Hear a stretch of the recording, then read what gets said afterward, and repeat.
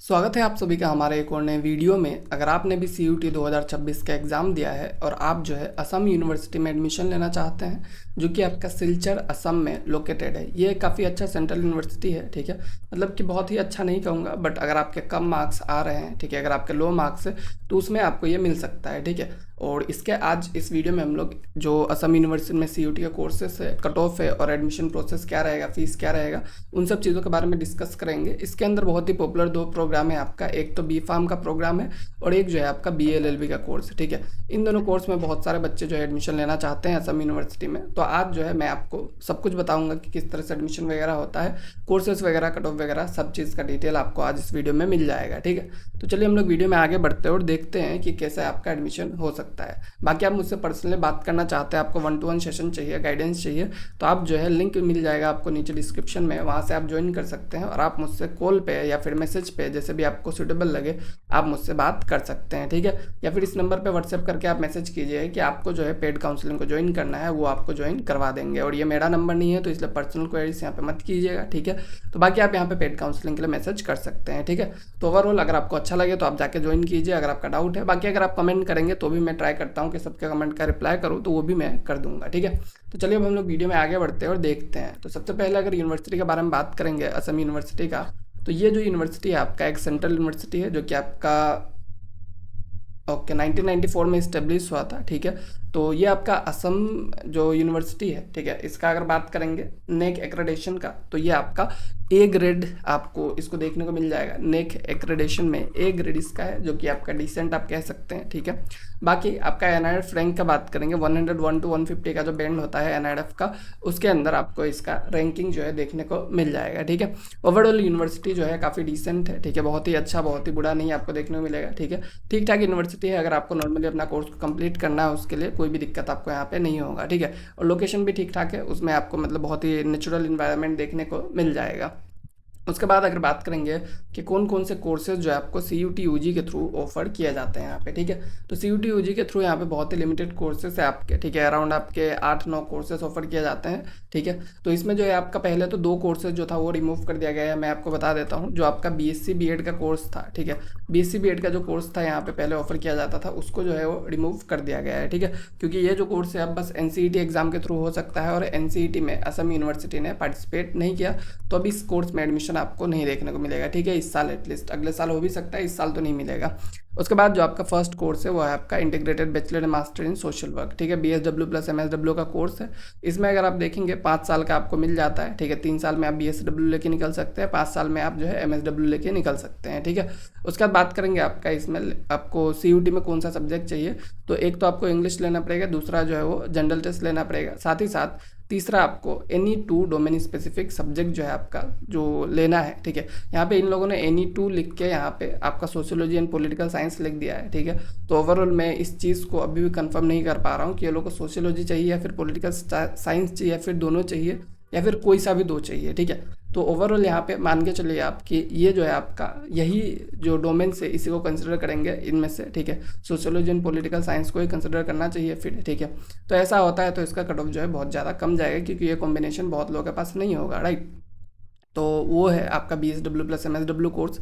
उसके बाद आपको बैचलर इन विजुअल आर्ट्स देखने को मिल जाता है, ठीक है। तो यहाँ पे आपको जो बैचलर ऑफ विजुअल आर्ट्स है, इसमें आपको applied art, painting and sculpture, ये सब देखने को मिल जाएगा कोर्स स्ट्रक्चर में। बाकी आपका इंग्लिश का बात करेंगे, मतलब जो सब्जेक्ट है CUT में चाहिए, तो उसमें आपको इंग्लिश, जनरल टेस्ट और साथ ही साथ फाइन आर्ट या फिर विजुअल आर्ट का एग्जाम जो है आपका जो होता है, तो 3 पेपर आपको यहाँ पे अपीयर करना पड़ेगा। उसके बाद आपका बैचलर ऑफ परफॉर्मिंग आर्ट्स में अगर आपको एडमिशन लेना है तो इंग्लिश के साथ, जनरल टेस्ट के साथ परफॉर्मिंग आर्ट्स का एग्जाम आपको देना पड़ेगा, ठीक है। तो ये आपका बेसिक सा सब्जेक्ट रिक्वायरमेंट है। उसके बाद आपका जो है क्लास 12 का रिक्वायरमेंट यहाँ पे लिखा हुआ है, ठीक है। 12 वाला रिक्वायरमेंट आप देख लीजिए कि आपको 12 में क्या रिक्वायरमेंट यहाँ पे मांगा जा रहा है। जनरली आपका यहाँ पे देख सकते हैं 55% मार्क्स चाहिए होगा। बाकी आपका यहाँ पे इन कोर्सेज में देखेंगे तो 45% मार्क्स चाहिए, ठीक है। तो ओवरऑल उतना कुछ खास रेस्ट्रिक्शंस नहीं है मार्क्स के बेसिस पे, ठीक है। उसके बाद जो आपका अलग कोर्स है bachelor and masters in computer science, BSc plus MSc जो कंप्यूटर साइंस का कोर्स है, ठीक है। ये आपका UG कोर्स है, ठीक है, जो कि आपका अगर आप 5 साल तक करेंगे तो आपको जो है मास्टर्स भी मिल जाएगा, और 4 साल तक करेंगे तो आपको बस अंडर ग्रेजुएट डिग्री मिलेगा, ठीक है। इसमें अगर आपको एडमिशन लेना है तो यहाँ पे आपका पास इंग्लिश और साथ ही साथ 3 डोमेन स्पेसिफिक सब्जेक्ट होना चाहिए, जिसमें आपका फिजिक्स एंड मैथमेटिक्स कंपलसरी है, इसके अलावा कोई भी सब्जेक्ट चल जाएगा, ठीक है। तो अगर आपने PCM का कॉम्बिनेशन लिया है CUT में और साथ में इंग्लिश है, ठीक है, तो आप यहाँ पे एलिजिबल रहेंगे यहाँ पे एडमिशन लेने के लिए, ठीक है। तो ये जो है आपका सब्जेक्ट रिक्वायरमेंट है यहाँ पे। और अगर बात करेंगे आपका और भी 12th का एलिजिबिलिटी का, तो कैंडिडेट जो है यहाँ पे 10+2 साइंस स्ट्रीम से पास होना चाहिए और मैथमेटिक्स उसका रहना चाहिए, ठीक है। मैथमेटिक्स वाला जो नहीं है, मतलब लाइक जो बायो वाले स्टूडेंट है वो लोग यहाँ पे एलिजिबल नहीं रहेंगे, ठीक है। उसके बाद बैचलर ऑफ फार्मेसी जो है यहाँ का सबसे पॉपुलर कोर्स है, ठीक है। बैचलर ऑफ फार्मेसी की बात करेंगे, 4 ईयर आपका UG कोर्स है ये। इंग्लिश और साथ ही साथ 3 डोमेन सब्जेक्ट जो है आपको यहाँ पे लगेगा, जिसमें आपका 3 डोमेन में PCM या फिर PCB हो सकता है, ठीक है। फिजिक्स केमिस्ट्री मैथ्स या फिर फिजिक्स केमिस्ट्री बायोलॉजी अगर आपका कॉम्बिनेशन है तो आप यहाँ पे B.Pharm के लिए एलिजिबल रहेंगे, ठीक है। तो ये जो है आपका मतलब यहाँ पे इतना ही बेसिक से एलिजिबिलिटी है। आपने PCM या फिर PCB किसी से पास किया है, आप एलिजिबल रहेंगे। इंटीग्रेटेड BA LLB ये लोग ऑफर करते हैं, ठीक है। इंटीग्रेटेड BA LLB में आपको इंग्लिश और जनरल टेस्ट जो है वो लेना पड़ेगा, ठीक है। और कोई सा भी 2 डोमेन सब्जेक्ट आपको चाहिए, कोई सा भी, ठीक है। इसमें आपका डोमेन सब्जेक्ट में कोई सा भी डोमेन लिखा हुआ है, इसमें कोई स्पेसिफिक मेंशन नहीं है, ठीक है। तो एनी 2 डोमेन सब्जेक्ट, साथ ही साथ इंग्लिश और साथ ही साथ जनरल टेस्ट, यानी कि आपके टोटल 4 सब्जेक्ट के बेसिस पे BA LLB का मेरिट आपको देखने को मिल जाएगा, ठीक है। उसके बाद आपको यहाँ पे इंटीग्रेटेड MBA देखने को मिल जाता है। इंटीग्रेटेड MBA मतलब कि BBA प्लस MBA का जो कोर्स होता है, ठीक है। BBA प्लस MBA भी आपको देखने को मिल जाता है। उसमें अगर आपको एडमिशन लेना है, ठीक है, तो इसके लिए आपका accounts, maths, economics, physics, computer science, chemistry, इनमें से कोई एक पेपर होना चाहिए। उसके अलावा इंग्लिश और एप्टीट्यूड का अगर आपने पेपर दिया है, ठीक है, तो आप यहाँ पे एलिजिबल है इंटीग्रेटेड BBA प्लस MBA के लिए, ठीक है। तो यहाँ पे आपका 3 सब्जेक्ट के बेसिस पे मेरिट बनने वाला है, ठीक है। आपका 60% मार्क्स चाहिए, ठीक है। आपका जो क्लास 12 है उसमें आपका स्ट्रीम उतना मैटर नहीं करता है यहाँ पे, ठीक है, जिस पे से भी हो आप, बट आपका 50% मार्क्स रहना चाहिए, ठीक है, तभी आप यहाँ पे एलिजिबल रहेंगे। उसके बाद आपका जो यहाँ पे एक B.Tech का कोर्स भी ऑफर किया जाता है, B.Tech इन एग्रीकल्चरल इंजीनियरिंग, ठीक है। तो B.Tech एग्रीकल्चर इंजीनियरिंग में अगर आपको एडमिशन लेना है, ठीक है, तो एग्रीकल्चर इंजीनियरिंग के लिए आपका फिजिक्स, केमिस्ट्री, एग्रीकल्चर, मैथमेटिक्स में से कोई भी सब्जेक्ट आपने अगर एग्जाम दिया है, ठीक है, कोई सा भी सब्जेक्ट है तो आप एलिजिबल है, ठीक है। यहाँ पे कैंडिडेट जो भी वो है पास्ट हायर स्टडीज़, ठीक है, जो आपका हायर सेकेंडरी होता है, और equivalent examination with at least 50% marks, ठीक है, आर एलिजिबल फॉर एडमिशन, ठीक है। तो कोई भी अगर बच्चा यहाँ पे PCB वाले भी ये जो एग्रीकल्चर इंजीनियरिंग है इसमें जा सकते हैं, क्योंकि इन लोगों ने स्पेसिफिकली मैथ्स का रिक्वायरमेंट मेंशन नहीं किया है, ठीक है। तो अगर आपने कोई सा भी डोमेन दिया है फिजिक्स, केमिस्ट्री, एग्रीकल्चर, मैथमेटिक्स में से, तो आप जो है B.Tech एग्रीकल्चर इंजीनियरिंग में जा सकते हैं, ठीक है। तो ये आपका हो गया कोर्सेज का। उसके बाद फीस स्ट्रक्चर का बात करेंगे, बहुत ही अफोर्डेबल फी स्ट्रक्चर आपको देखने को मिल जाता है, ठीक है। जैसे कि आपका विजुअल आर्ट मास्टर्स, जो आपका bachelor of visual arts, performing arts है, इनमें अगर आप देखेंगे तो टोटल फीस आपका जो है एडमिशन के टाइम में 14,970 आपको पे करना है इनका, ठीक है।